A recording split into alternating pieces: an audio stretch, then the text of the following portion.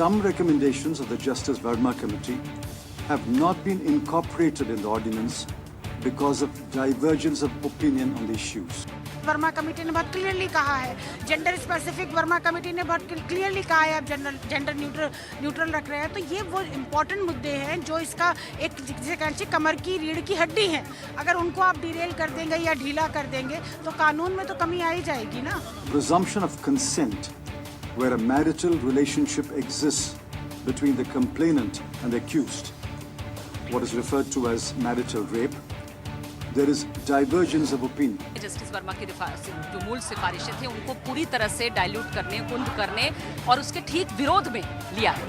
Divergence of opinion whether the age should be 16 years or 18 years for defining the offence of rape of an underage person. अध्यादेश को बुनियाद नहीं बनानी चाहिए, बल्कि जस्टिस वर्मा की सिफारिशों को बुनियाद बना करके उन्हें कानून और जो बाकी चेंजेस हैं इस पर गौर करके और प्रायोरिटीज से सबसे पहला काम संसद का यही होना चाहिए कि इसी काम को करें। देश में अब लड़की का पीछा करना नॉन बेलेबल ऑफेंस होगा, यानी गैर जमानती। यौन शोषण के किसी भी मामले में पीड़ित के मोरल कैरेक्टर के ऊपर सवाल नहीं पूछा जा सकता है। गलत नियत से छूने वाले भी 5 साल के लिए जेल जाएंगे और देश में एक महामारी की तरह फैले एसिड फेंकने वाले भी यौन शोषण के अपराधी माने जाएंगे। यही नहीं, उम्र कैद का मतलब 12-14 साल नहीं होगा, पूरी जिंदगी की सजा होगी। यह ऐलान नहीं बल्कि हकीकत बन चुकी है। सरकार ने महिलाओं की सुरक्षा पर एक नया अध्यादेश लागू कर दिया है। जस्टिस वर्मा कमेटी की रिपोर्ट आने के बाद सवाल उठ रहा था कि सरकार कब इसके ऊपर कार्रवाई करेगी, कानून बनाने की प्रक्रिया शुरू करेगी। सरकार भी कहती रही कि कानून आएगा, लेकिन फिर अचानक अध्यादेश आ गया जिसमें सरकार ने जस्टिस वर्मा कमेटी रिपोर्ट के कई सुझाव माने, कुछ को नकारा और अब इस नए अध्यादेश पर भी बहस शुरू हो गई है। महिला अधिकारों की लड़ाई लड़ने वाले इस अध्यादेश की कई खामियों को हटाने की मांग कर रहे हैं। वहीं दूसरा पक्ष ये डर जता रहा है कि इस कानून का भी एंटी डाउरी कानून की तरह गलत इस्तेमाल न हो जाए। तो आज बड़ी खबर में हम इसी बहस को स्टूडियो में लेकर आए हैं। नमस्कार, मैं हूं क्रांति संभव और स्वागत है आप सभी का बड़ी खबर। सवाल यही कि क्या वाकई यह अध्यादेश अधूरा है, जिस तरह से हम विवाद देख रहे हैं इस पर या बहस देख रहे हैं। क्या ये नाकाफी है महिलाओं की सुरक्षा के लिए हमारे देश में, और क्या इस कानून के गलत इस्तेमाल का खतरा तो नहीं।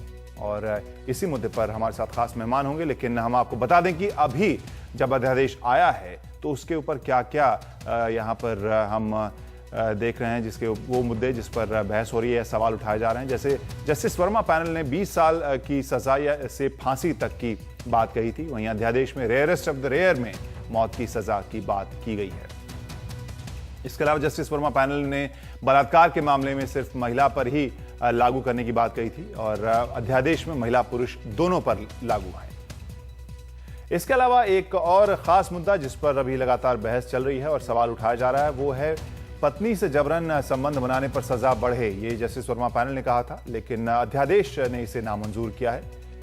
वहीं AFSPA यानी आर्म फोर्सेस स्पेशल पास एक्ट के ऊपर भी सवाल किया था जस्टिस वर्मा कमेटी के रिपोर्ट ने, कि उनका कहना था कि इलाके में केस चलाने की इजाजत नहीं। अध्यादेश ने सुझाव स्वीकार नहीं किया है। इसके अलावा सरकारी अधिकारी पर केस चलाने के लिए अनुमति जरूरी नहीं, ये कहना था जस्टिस वर्मा पैनल का, ये सुझाव था, लेकिन अध्यादेश में सरकार ने कहा है कि अनुमति जरूरी है। तो इसी मुद्दे पर खास बहस के लिए हमारे साथ मौजूद हैं खास पैनलिस्ट। हमारे स्टूडियो में मौजूद हैं डॉक्टर सैयद मुबीन जहरा, जो एनालिस्ट हैं और ऑथर भी हैं, ये लेखिका भी हैं। इसके अलावा हमारे साथ और भी खास मेहमान जुड़ रहे हैं, जैसे संध्या बजाज हैं, नेता कांग्रेस की। इसके अलावा वरिष्ठ वकील हैं सुप्रीम कोर्ट में। सुचेता डे को आप लगातार देखते रहे, उन्होंने बार बार आवाज़ बुलंद की है महिलाओं के अधिकार को लेकर जंतर मंतर पर जाकर, और साथ में स्टूडियो में भी हमारे साथ कई बार वो बहस में हिस्सा ले चुके हैं। रंजना कुमारी, डायरेक्टर CSC, बहुत बहुत शुक्रिया आप सभी का इस चर्चा में भाग लेने का। सुचेता, हम सबसे पहले आपके पास आएंगे, क्योंकि आज भी आप शायद विरोध में खड़ी हैं जंतर मंतर या उस इलाके में। किन मुद्दों के ऊपर सबसे ज्यादा आपको आपत्ति है अगर इस अध्यादेश की बात करें तो? देखिए, ये अध्यादेश में जस्टिस वर्मा कमेटी रिकमेंडेशंस का जो एसेंस था, जस्टिस वर्मा कमेटी में एक महिला के ऑटोनॉमी के, उसके ना कहने का अधिकार को प्राइमेसी दिया गया था, किसी भी तरीके के पावर स्ट्रक्चर के वीजा भी। लेकिन हम लोग देखते हैं कि इस रिपोर्ट में एग्जैक्टली उल्टा किया गया है। इस रिपोर्ट में सेक्सुअल क्राइम को डिफाइन करने के लिए, रेप को डिफाइन करने के लिए महिला का ना कहने का जो बात है, महिला का अपना अधिकार अपने शरीर पे, इसको प्राइमेसी नहीं दिया गया है। बल्कि हम लोग देख रहे हैं फिर से एक बार तमाम तरीके का पावर स्ट्रक्चर, चाहे वो मैरिटल पावर स्ट्रक्चर हो, चाहे वो इंस्टीट्यूशनल पावर स्ट्रक्चर हो, आर्मी पावर स्ट्रक्चर या किसी जो है सरकारी ऑफिसर का पावर स्ट्रक्चर, इसको प्राइमेसी दिया जा रहा है। ये ऑर्डिनेंस मैरिटल रेप को रिकॉग्नाइज नहीं कर रहा है। ये ऑर्डिनेंस कह रहा है कि अनकॉन्सेंशुअल सेक्सुअल इंटरेक्शन होता है शादी के बाद, लेकिन वो पनिशेबल नहीं है। और हम पूछना चाहते क्यों पनिशेबल नहीं है, अनकॉन्सेंशुअल सेक्सुअल इंटरेक्शन क्यों पनिशेबल नहीं होगा। ये ऑर्डिनेंस कह रहा है कि सेपरेटेड वाइफ पे जो रेप होगा वो कम पनिशेबल होगा, और क्यों, ये सवाल हम लोग पूछना चाहते हैं। जस्टिस वर्मा कमेटी रिकमेंडेशन जो है आफ्सपा को लेकर दो तरीके का बात जस्टिस वर्मा कमेटी रिकमेंडेशन में है। एक वो कह रहे हैं कि रेप के मामले में जितने भी जब सैंक्शन फॉर प्रोसिक्यूशन होता है, जो आपने भी अभी मेंशन किया, चाहे वो गवर्नमेंट ऑफिशियल हो, चाहे मैजिस्ट्रेट हो या आर्मी पर्सनल हो, रेप के मामले में सैंक्शन फॉर प्रोसिक्यूशन का कोई जरूरत नहीं है। और दूसरा उन्होंने कहा था कि आफ्सपा को रिव्यू होना चाहिए, लेकिन हम लोग देखते हैं कि इस ऑर्डिनेंस में कहा जा रहा है कि सैंक्शन फॉर प्रोसिक्यूशन चाहिए। और जस्टिस वर्मा खुद भी उसके बाद जब उनसे पूछा गया था तब उन्होंने इसका क्लैरिफिकेशन देते हुए कहा था कि आप एटलीस्ट सेल्फ डिफेंस में रेप नहीं करते हैं।